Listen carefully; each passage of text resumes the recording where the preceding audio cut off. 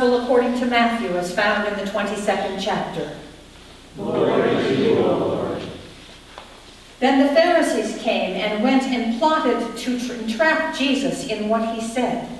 So they sent their disciples to him, along with the Herodians, saying, "Teacher, we know that you are sincere and teach the way of God in accordance with truth, and show deference to no one, for you do not regard people with partiality. Tell us then, what do you think? Is it lawful to pay taxes to the emperor or not?" But Jesus, aware of their malice, said, "Why are you putting me to the test, you hypocrites? Show me the coin used for the tax." And they brought him a denarius. Then he said to them, "Whose head is this, and whose title?" They answered, "The emperor's."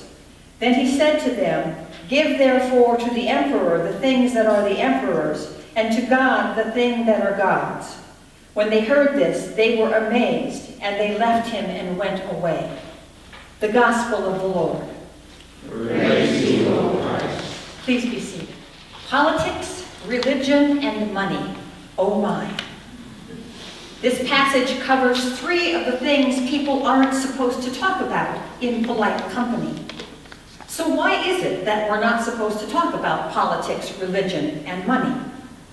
One reason is probably that these things are considered too personal and too divisive to discuss in public. Also, people feel very strongly about these topics and don't want to be told what to do or think. But here they are in our gospel text where we can't just avoid them. So here we go. First, we have politics. It says, the Pharisees went and plotted to entrap him in what he said, so they sent their disciples to him, along with the Herodians. The Herodians, as their name suggests, are supporters of Herod, and by extension of Roman rule. The Pharisees, on the other hand, are the religious elite and want Rome out and the power of the temple restored. This makes the two groups natural enemies. But they're able to overcome their differences when it comes to a common threat, in this case, Jesus.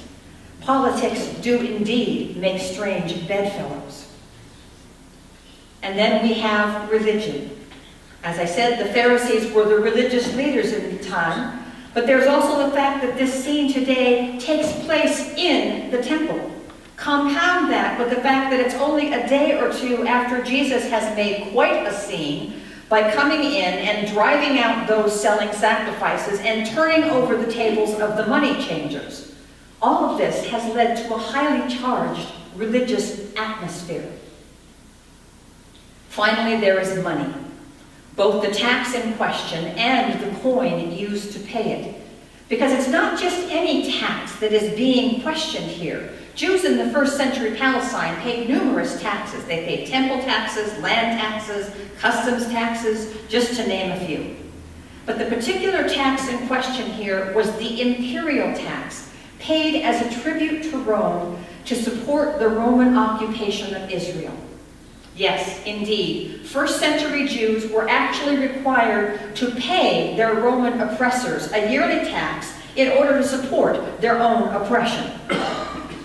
And there were naturally differing opinions about this tax. Those put in power by Rome, the Herodians, advocated supporting the Roman governance of Israel. Those opposed to Rome, which was probably most of the crowd that was listening, found the tax offensive, as it was a constant reminder of their humiliation. And the religiously devout, the Pharisees and their disciples, resented having to pay the tax with a coin engraved with a picture of Tiberius Caesar and a proclamation of his divinity. All of this made the topic of the imperial tax incredibly divisive. How you felt about it immediately revealed something about you.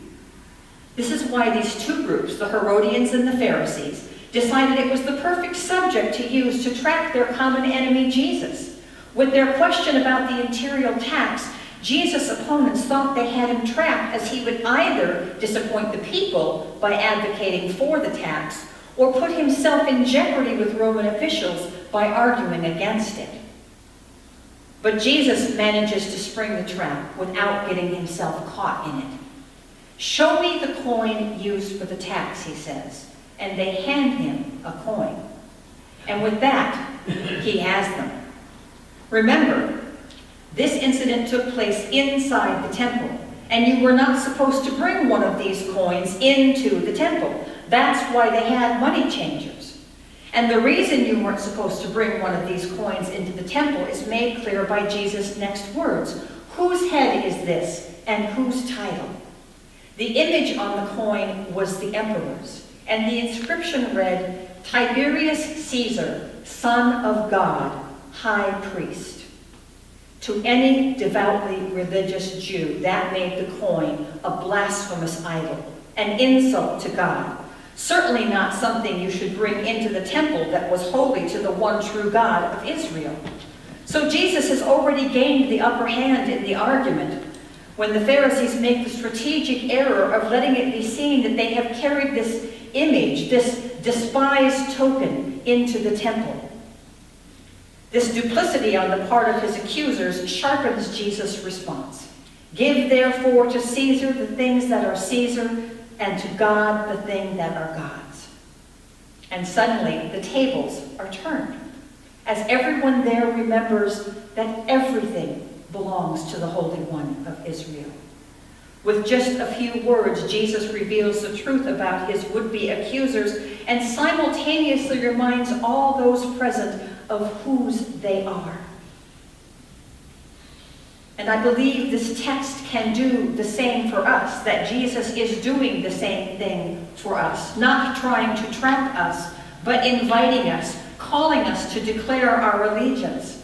This means that the key question in this passage isn't whose image is on the coin, but whose image is on us.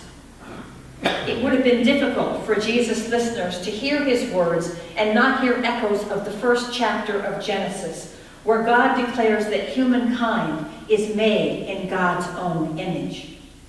That image seems to get lost in conversations about politics and money. While we may feel strongly about our political loyalties, we sometimes forget that before we are Democrat or Republican or independent, we are Christian. Or maybe we feel confident in how we spend our money, that it's our business and no one else's. But if we forget in whose image we have been made, we may get into the temptation to believe that we are no more than the sum total of our possessions, that our bank accounts tell the true story of our worth and value. There are certainly elements of our lives that are part of the world order and should be rendered unto Caesar. But these are just surface elements. Our deepest person and self is God's. If we remember that, all of our life takes on greater focus and meaning. I don't say this to put more obligations on you. I'm not saying, oh, behave yourself because God is watching.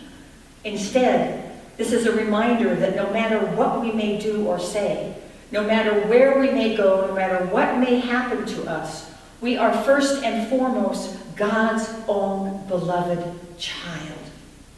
And that identity will in turn shape our behavior, urging and guiding us to be the people that we have been called to be.